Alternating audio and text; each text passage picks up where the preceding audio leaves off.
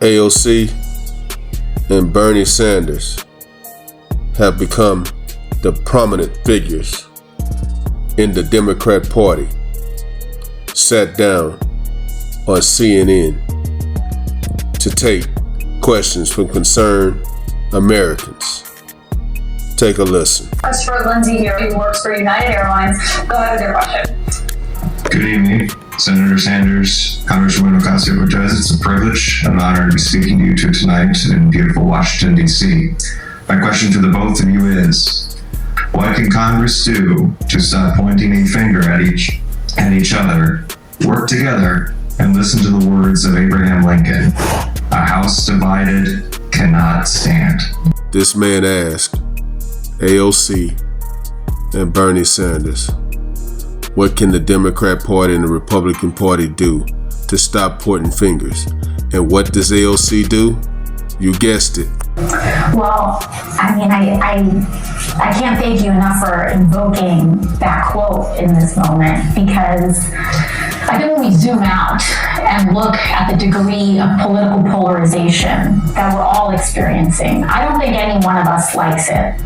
I don't think any one of us enjoys that we're at a point where friends feel like their relationships are in tension, that family feels like they're in relationship in tension, that it feels like you can't say some of those basic things without it turning into a fight. It's not good for our country. And I think we have to lead by example. I think it's important for us to lead with what we think can work and the areas that we are able to find common ground and to uplift that common ground. I gave some examples earlier today. Bernie has also a tremendous bipartisan record, believe it or not, in the House. AOC, can you please answer the question? Geez, we know you can work with Bernie. We're talking about with the Republicans. In the Senate, but that's often not what we hear about. Congress passes bills, actually, every day, believe it or not, that are bipartisan in nature. And we never hear about the actual common ground that we have and the successes that we have in that. And I actually do believe that if we charge forward with that a little bit more. Last year I spent a lot of work doing preventing sexually exploited material generated by AI and protecting women and children. And I was happy to have enjoyed bipartisan support on that. But we often hear first about the things that divide us, and we rarely hear about the things that have actually united us. And so I do believe we should be leading by example. And when we have these moments of stark contrast, that we also are clear about the principles upon which our disagreements happen. If I disagree with you, if I as a Democrat disagree with you as a Republican, I'm not going to question your motive. I'm not going to question your allegiance to this country. I'm not going to question your intent and your care. And I believe that when we devolve into that is when we are actually stoking division in our country. We call those who disagree with us un-American. That is what is un-American.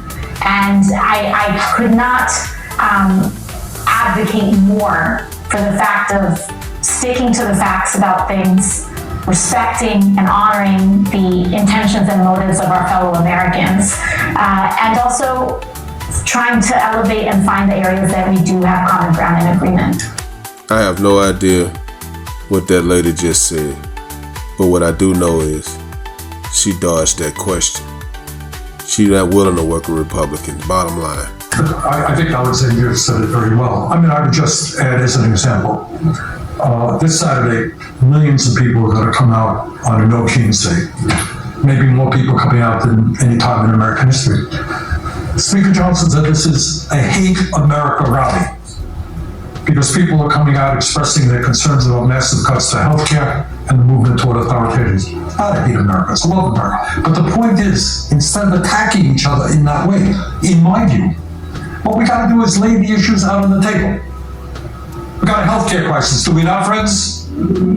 right. We're the only country not to guarantee healthcare at all. How do we move to a healthcare system that guarantees healthcare to a human right? Make sense to you?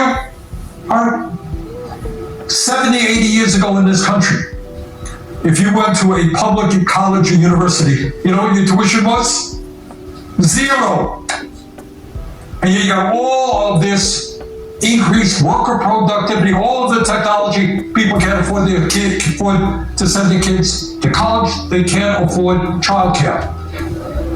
People are paying outrageous costs in housing. How do we build the millions of units of affordable low-income housing that we desperately need? How do we save the planet for our kids? All right, enough. I done heard enough from this angry man. Okay, bottom line is they not answering the question. He asked them, what does the Democrats and the Republicans have to do to stop pointing fingers? And all they did was sat there and said basically, what Donald Trump does is if you're not a Republican, he's not going to support you. That's what AOC was basically saying.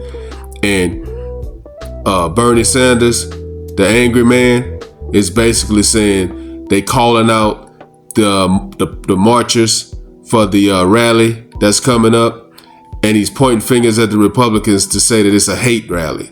I mean, this is a perfect example of what he was saying. What do the parties have to do to work together? It's evident. They're not willing to work together.